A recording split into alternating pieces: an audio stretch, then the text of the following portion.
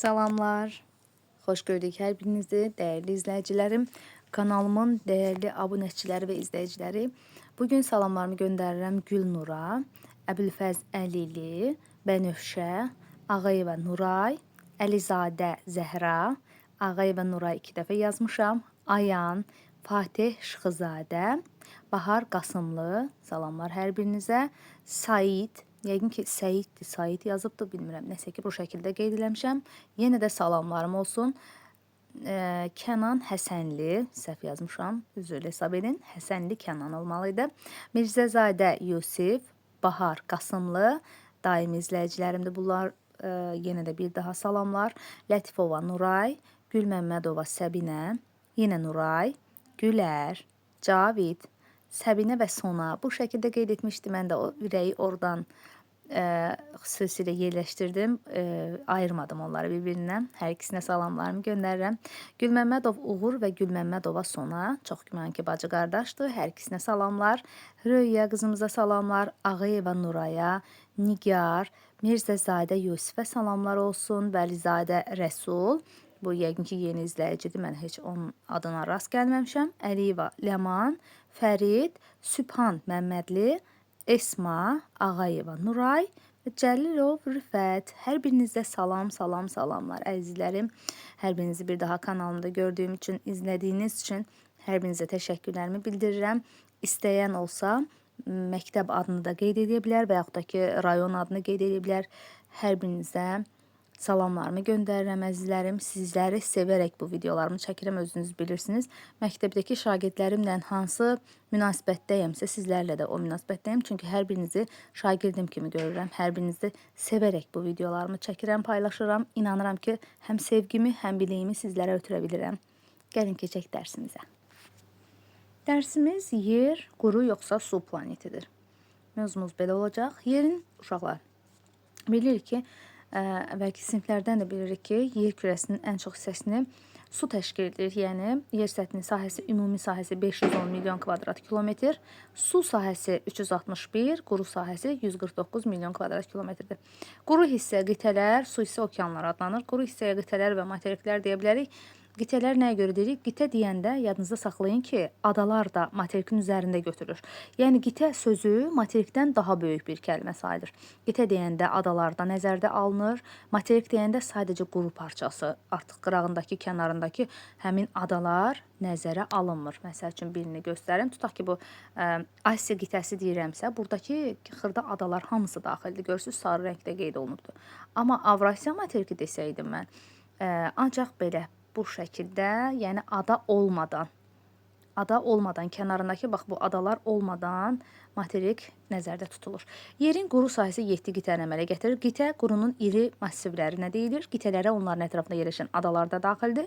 Onların hər birinin özünə məxsus təbiəti var və bir-birindən sahəsinə, mövqeyinə və təbii xüsusiyyətlərinə görə fərqlənir. Eyni zamanda qitələrin təbiətində oxşarlıqlar da az deyil. Bu xüsusilə eyni yarımkürədə yerləşən qitələrdə müşahidə edilir.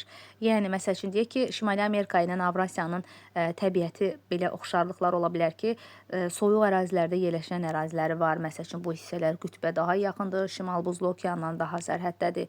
O hissələr sərt keçir, daha çox xırda adalardan ibarətdir. Burada 4-cü dövr buzlaşması deyirlər. Həmin o buzlaşmaya məruz qaldığı üçün həmin hissələrində, yuxarı hissələr görürsünüz, girintili çıxıntılıdır. Çoxlu adalar, körfəzlər var. Səbəb buzlaşma ilə bağlıdır. Və Afrikanı, Avstraliyanı bir-birlərinə ona görə oxşada bilərik ki, məsəl üçün, çox istidir, tropiklər arasında geniş yer tutur. Quru səhralar daha çoxdur həmin ərazilərdə və yaxud da Cənubi Amerika ilə Afrikanın oxşar cəhəti odur ki, hər ikisini ekvator xətti kəsir.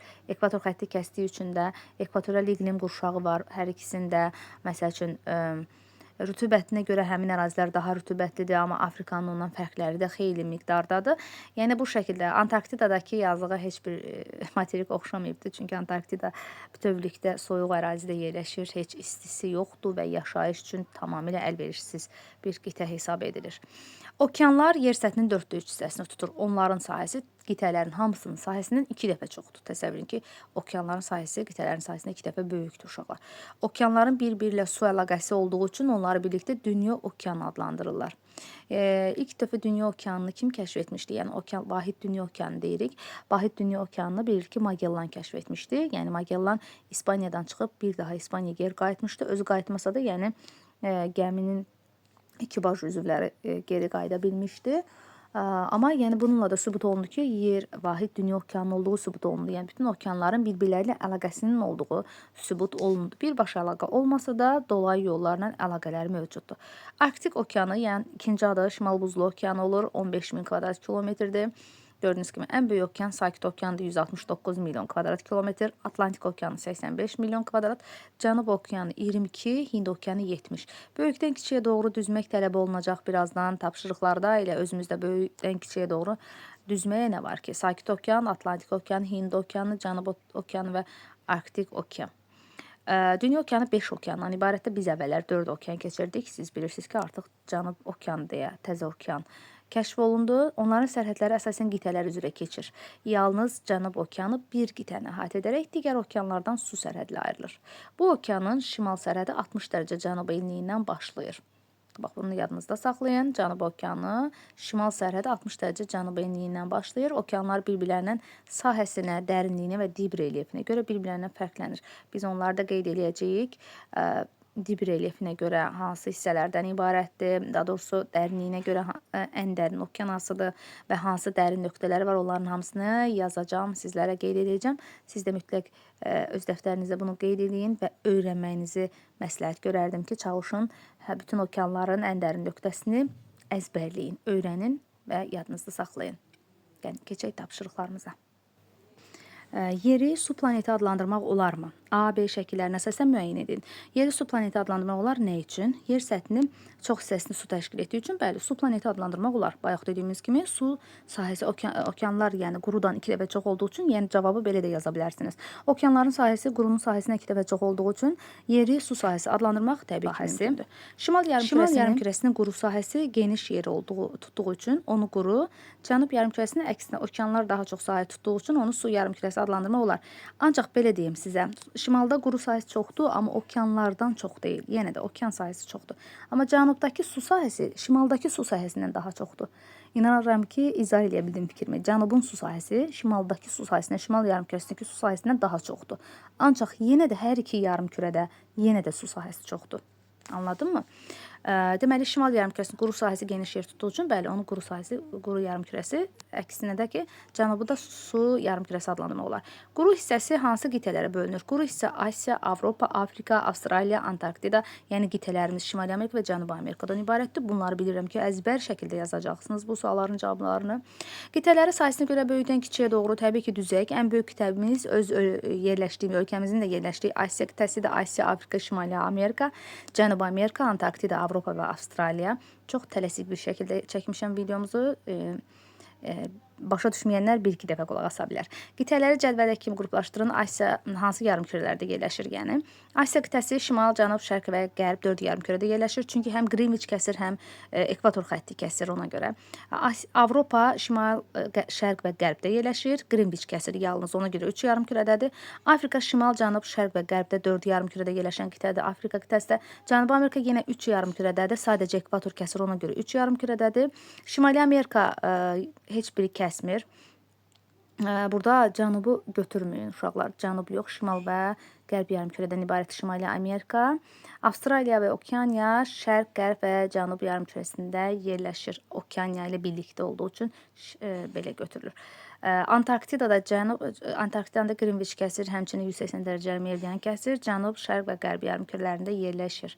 İkinci şəkilə, C şəklində əsasən tapşırıqları yerinə yetirin. Okeanları xəritədə müəyyən edin sahəsinə görə. Bayaq dedik, sahəsinə görə kiçikdən böyüyə doğru Sakit Şimal Buzlu okeandır və yaxud da Arktik okeanı, Cənubi okean, Hind okeanı, Atlantik və Sakit okean. Dünyanın fiziki xəritəsindən istifadə edərək okeanların ən dərin yerlərini müəyyən edin. Bunları mən sizin üçün yazıram. Çalışın bunu qeyd edin və əzbərləyin mütləq. Sakit okean fiziki xəritələrdə də yadınızda saxlayın. Atlasda bütün okeanlar haqqında həm xəritəsi var, həm də yanında ən dərin nöqtəsi var. O hissələrə mütləq baxın. imkan olmayanlar, yəni atlasdan baxıb öyrənə bilərlər. Burada baxmaq məcburiyyətində deyilsiniz. Sakit Okean Marian çökəkliyi də 11 milim ki, ən dərindir, bilirik ki, ən dərin çökəklikdir yer kürəsində. Atlantik Okean Puerto Rico'dur 8742, Hind Okean zon çökəkliyidir, İndoneziya tərəfdə 8450, Cənub Okeanı var, Cənubi Sandviç novudur və Arktik Okean, Şimal Buzlu Okeanı da Qrinlandiya novudur 5555. Və okeanları bir-birinə əhatə etdiyi, onların əhatə etdiyi qitələrin sayına görə cədvəldəki kimi siz cədvəl çəkəcəksiniz, mən yazdıqlarımı da, amma kopyalayıb atmırsınız. Öyrənib daha sonra həmin cədvəl işləyirsiniz.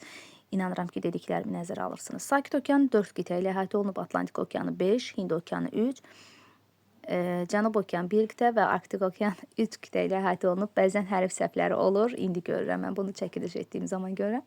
İnanıram ki, hər biriniz anlayırsınız. Hansı okeanın sahilləri daha mürəkkəb formaya malikdir və bunun səbəbi nə ola bilər? Sakit Okean daha mürəkkəbdir. Həm böyükdür, həm də içərisində, yəni daxildə seysmik hərəkətlər nəticəsində qərb hissəsi daha çox girintili, çıxıntılıdır. Ümumiyyətlə Sakit Okean yadınıza saxlayın ki, daha doğrusu yadımıza gətirək ki, Sakit Okean odlu qövsü keçmişdik. Həm Şimali Amerika sahillərində, həm Avrasiya sahillərində. Hər iki tərəfdən tektonik proseslərlə əhatələnib, buna görə Sakit Okean daha mürəkkəb formaya malikdir. Dünyanın fiziki xəritəsindən istifadə edərək Sakit Okean haqqında fikirlərinizi söyləyin. Sakit Okeanda fikirləri burada yazmışam. Ətraflı məlumat üçün siz də Google-da istəsəniz yazıb başqa məlumatlar da əldə edə bilərsiniz. Sakit Okean sahəsi təqribən 169 milyon kvadrat kilometrdir. Qitənin, yəni qurunun ümumi sahəsinin 149 kvadrat kilometrdir. Bütün qitələr Sakit Okean ərazisinə sığar. Sakit Okean Asiya, Avstraliya, Cənubi Amerika, Şimali Amerika qitələrinin sahillərini yuyur. Onların suları birbaşa bütün okeanların suları ilə mübadilədədir. Yəni su mübadiləsi var da. Eyler-Venn diaqramı əsasən buzlu okeandan buzlu qitə, yəni Antarktida ilə söhbət Şimal Buzlu Okeanından gedir və yaxud da Arktik Okeanından gedir. Buzlu qitə Antarktidadır, Cənub qütbündə onun ətrafında yerləşir. Ən soyuq qitədir, Cənub Okeanına əhatə olunmuşdur, Gondvananın tərkibindən ayrılmışdır. Buzlu qitə Antarktidada yerləşir, Cənub qütbünə və onun ətrafında yerləşir. Ən soyuq qitədir. 2 dəfə düşüb desəm, Cənub Okeanına əhatə olunmuşdur. Hə, buralar təkrar düşübdür. Buzlu Okean Arktikada yerləşir. Arktik Okean adlanır. Şimal qütbünə və onun ətrafında yerləşir. Dayazdır, 3 qitə ilə əhatə olunub. Hansı qitələrdir? Şimali Amerika, Avrasiya. Deməli, Dayazdır, Asiya və Avropa daha doğrusu. Dayaz okeandır, Atlantik və Sakit Okean suları ilə birbaşa əlaqəyə malikdir. Ən soyuq okeandır və buzlarla örtülür. Hər ikisi buzla örtülmüşdür. Hər ikisi ən çox soyuq ərazidir və qütb onun ətrafını əhatə edir. Biri Arktik qütbdür, biri Antarktik, yəni Arktikin əksi deməkdir. Bu da qurudar ilə formaları necə paylaşmışdı, onu da növbəti dərsimizdə artıq hazırlamışam, paylaşım edəcəm. Hər birinizi uğurlar arzulayıram. Gələn dərsimizdə görüşmək üzrə. Sağ olun.